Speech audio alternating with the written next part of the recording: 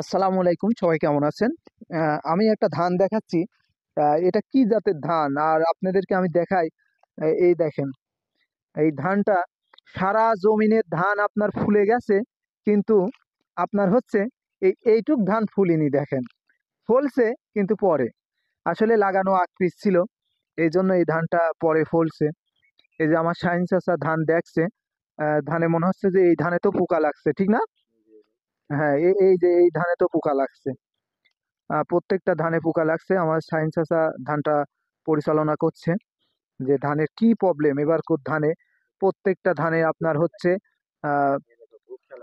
আহ, এই যে সব মরে গেছে। এই যে দেখতে পাচ্ছেন, এটা কি সমস্যা, প্রত্যেকটা জমিতে এমন অবস্থা। হ্যাঁ, প্রত্যেকটা জমিতে এই ধরনের সমস্যা হয়েছে। সবাই ভালো থাকবেন। আসসালামু আলাইকুম।